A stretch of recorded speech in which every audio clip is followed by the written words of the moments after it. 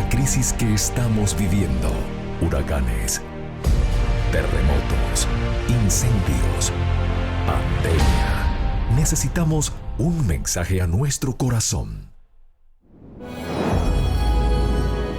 Ministerio al pequeño rebaño. Reciban un saludo de parte de su amigo el pastor Miguel Tirado. Hoy vamos a dialogar acerca del capítulo 51 del libro El deseado de todas las gentes. Este capítulo está basado en el relato que aparece en el Evangelio según San Juan, en el capítulo 8, versos 12 al 59 y el resto del capítulo 9. Y me acompaña el pastor Orlando González, y qué privilegio hoy elevar nuestra mente y nuestra oración a Dios. Eterno y amado Padre, llénanos de tu gracia y danos el gozo hoy de abrir nuestro corazón a ti y de recibir del cielo bendiciones. En el nombre de Jesús. Amén. Otra vez, pues Jesús les habló diciendo: Yo soy la luz del mundo. El que me sigue no andará en tinieblas, mas tendrá la luz de la vida. Cuando pronunció estas palabras, Jesús estaba en el atrio del templo, especialmente relacionado con los ejercicios de la fiesta de las cabañas. En el centro de este patio se levantaban dos majestuosas columnas que soportaban portalámparas de un gran tamaño. Después del sacrificio de la tarde, se encendían todas las lámparas que arrojaban su luz sobre Jerusalén. Esta ceremonia estaba destinada a conmemorar la columna de luz que guiaba a Israel en el desierto y también a señalar la venida del Mesías. Por la noche, cuando las lámparas estaban encendidas, el atrio era teatro de gran regocijo. Los hombres canosos, los sacerdotes del templo y los dirigentes del pueblo se unían en danzas festivas al sonido de la música instrumental y el canto de los levitas. Por la iluminación de Jerusalén, el pueblo expresaba su esperanza en la venida del Mesías para derramar su luz sobre Israel. Pero para Jesús, la escena tenía un significado más amplio. Como las lámparas radiantes del templo alumbraban cuanto la rodeaba, así Cristo, la fuente de luz espiritual, ilumina las tinieblas del mundo. Sin embargo, el símbolo era imperfecto. Aquella gran luz que su propia mano había puesto en los cielos era una representación más verdadera de la gloria de su misión. Era de mañana. El sol acababa de levantarse sobre el monte de las Olivas, y sus rayos caían con deslumbrante brillo sobre los palacios de mármol, e iluminaban el oro de las paredes del templo, cuando Jesús señaló y dijo: Yo soy la luz del mundo. Mucho tiempo después, estas palabras fueron repetidas por uno que las escuchara en aquel sublime pasaje. En él estaba la vida, y la vida era la luz de los hombres. Y la luz en las tinieblas resplandece, mas las tinieblas no la comprendieron. Era la luz verdadera que alumbraba a todo hombre que viene a este mundo. Y mucho después de haber ascendido Jesús al cielo, Pedro también escribió bajo la iluminación del Espíritu Divino. Recordó el símbolo que Cristo había usado. Tenemos también la palabra profética más permanente, a la cual hacéis bien en estar atentos como a una antorcha que alumbra el lugar oscuro hasta que el día esclarezca y el lucero de la mañana salga en vuestros corazones. En la manifestación de Dios a su pueblo, la luz había sido siempre un símbolo de su presencia. A la orden de la palabra creadora, en el principio, la luz resplandeció de las tinieblas. La luz fue envuelta en la columna de nube de día y en la columna de fuego de noche, para guiar a las numerosas huestes de Israel. La luz brilló con tremenda majestad alrededor del Señor sobre el monte Sinaí. La luz descansa sobre el propiciatorio en el tabernáculo. La luz llenó el templo de Salomón al ser dedicado. La luz brilló sobre las colinas de Belén cuando los ángeles trajeron a los pastores que velaban el mensaje de la redención. Dios es la luz, y en las palabras "Yo soy la luz del mundo", Cristo declaró su unidad con Dios y su relación con toda la familia humana. Era Él quien al principio había hecho que las tinieblas resplandeciese la luz. Él es la luz del sol, la luna y las estrellas. Él era la luz espiritual que mediante símbolos, figuras y profecías había resplandecido sobre Israel. Pero la luz no era dada solamente para los judíos. Como los rayos del sol penetran hasta los remotos rincones de la tierra, así la luz del sol de justicia brilla sobre toda alma.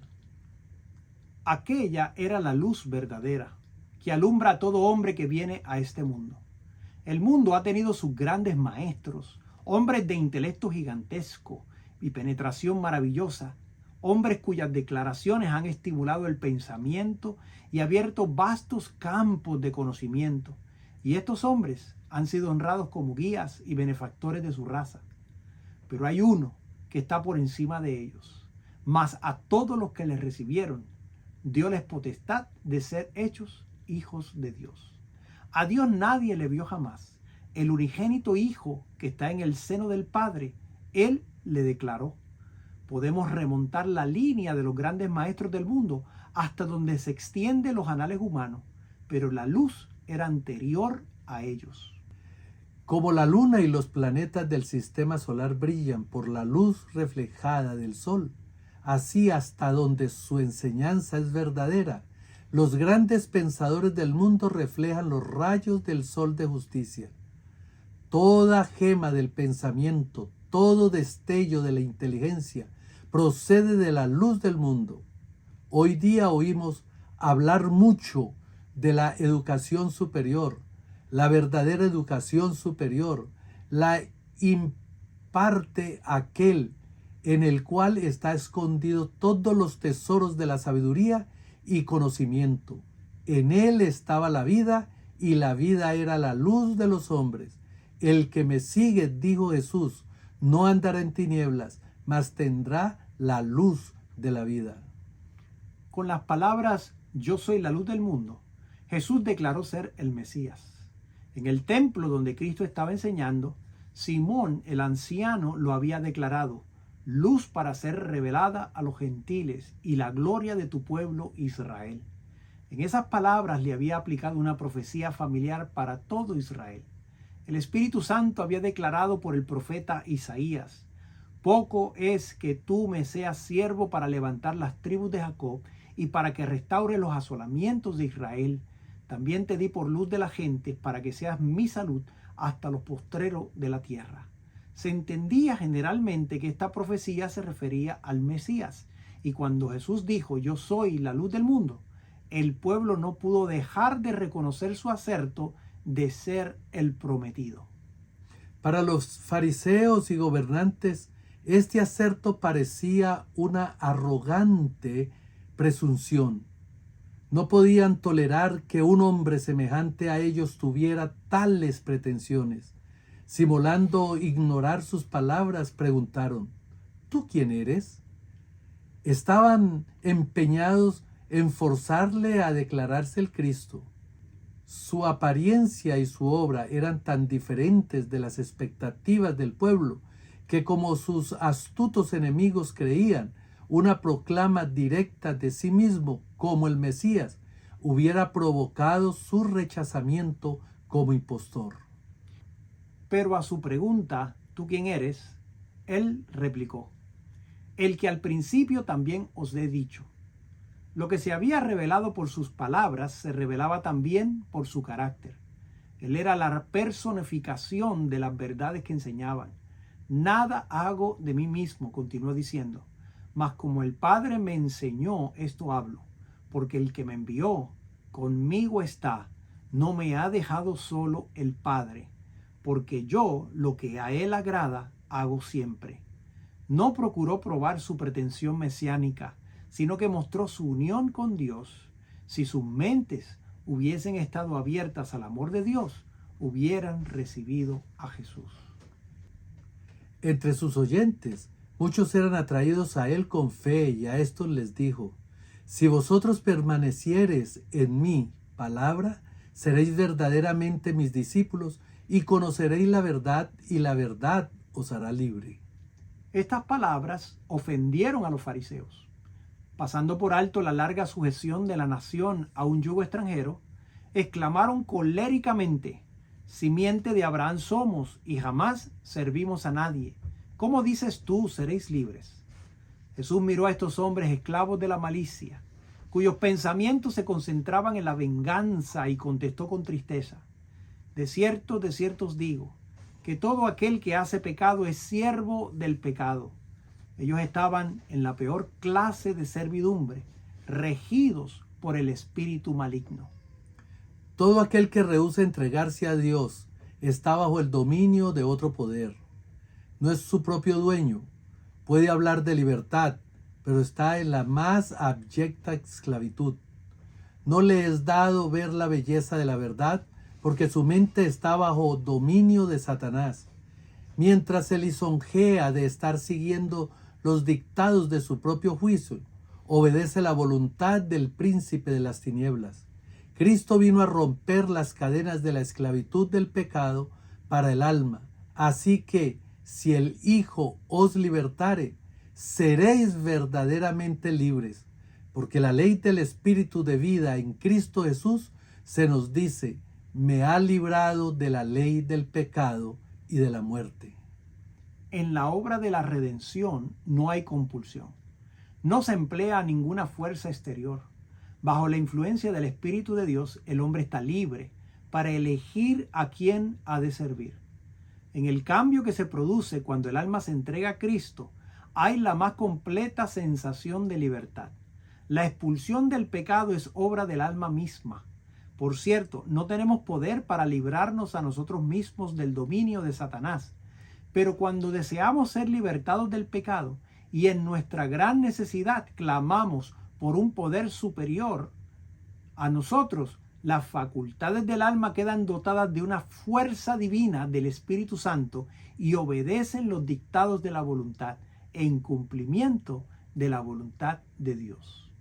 La única condición bajo la cual es posible la libertad del hombre es que éste llegue a ser uno con Cristo. La verdad os libertará, y Cristo es la verdad. El pecado puede triunfar solamente debilitando la mente y destruyendo la libertad del alma. La sujeción a Dios significa la rehabilitación de uno mismo, de la verdadera gloria y dignidad del hombre. La ley divina a la cual somos inducidos a sujetarnos es la ley de la libertad. Los fariseos se habían declarado a sí mismos hijos de Abraham. Jesús les dijo que solamente haciendo las obras de Abraham podían justificar esta pretensión. Los verdaderos hijos de Abraham vivían como él una vida de obediencia a Dios. No procurarían matar a aquel que hablaba la verdad que le había sido dada por Dios. Al conspirar contra Cristo, los rabinos no estaban haciendo las obras de Abraham. La simple descendencia de Abraham no tenía ningún valor. Sin una relación espiritual con él, la cual se hubiera manifestado poseyendo el mismo espíritu y haciendo las mismas obras, ellos no eran sus hijos. Este principio se aplica con igual propiedad a una cuestión que ha agitado por mucho tiempo al mundo cristiano: la cuestión de la sucesión apostólica. La descendencia de Abraham no se probaba por el nombre y el linaje, sino por la semejanza del carácter.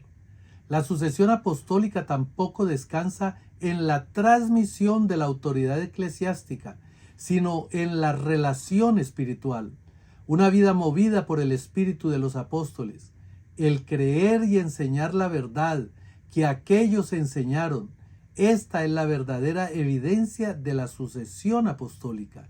Es lo que constituye a los hombres sucesores de los primeros maestros del Evangelio. Jesús negó que los judíos fueran hijos de Abraham.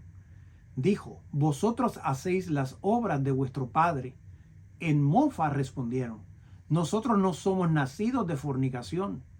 Un padre tenemos, que es Dios. Estas palabras, que aludían a las circunstancias del nacimiento de Cristo, estaban destinadas a ser una estocada contra Cristo en presencia de los que estaban comenzando a creer en él. Jesús no prestó oído a esta ruin insinuación, sino que dijo, si vuestro Padre fuera Dios, ciertamente me amaríais, porque yo de Dios he venido y he salido.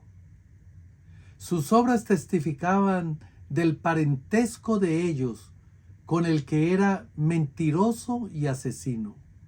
Vosotros de vuestro padre el diablo sois, dijo Jesús, y los deseos de vuestro padre queréis cumplir. Él, homicida ha sido desde el principio, y no permaneció en la verdad, porque no hay verdad en él. Y porque yo digo verdad, no me creéis, porque Jesús hablaba la verdad y la decía con certidumbre. No fue recibido por los dirigentes judíos. Era la verdad lo que ofendía a estos hombres que se creían justos.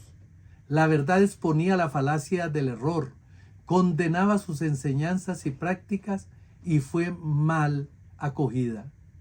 Ellos preferían cerrar los ojos a la verdad antes que humillarse para confesar que habían estado en el error. No amaban la verdad, no la deseaban, aunque era la verdad.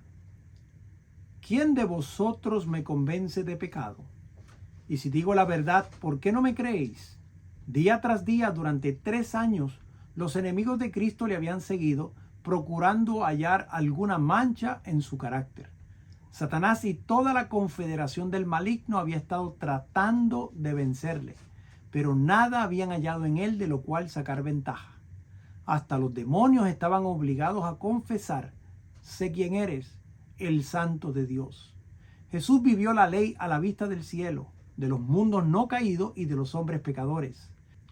Delante de los ángeles, de los hombres y de los demonios, había pronunciado sin que nadie se las discutiese palabras que si hubiesen procedido de cualquiera otros labios hubieran sido blasfemia. Yo, lo que a él agrada, hago siempre. El hecho de que, a pesar de que no podían hallar pecado en él, los judíos no recibían a Cristo, probaba que no estaban en comunión con Dios. No reconocían la voz de Dios en el mensaje de su Hijo.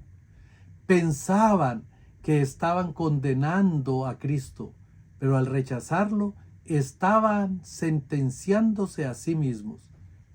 El que es de Dios, dijo Jesús, las palabras de Dios oye, porque esto no las oís vosotros, porque no sois de Dios.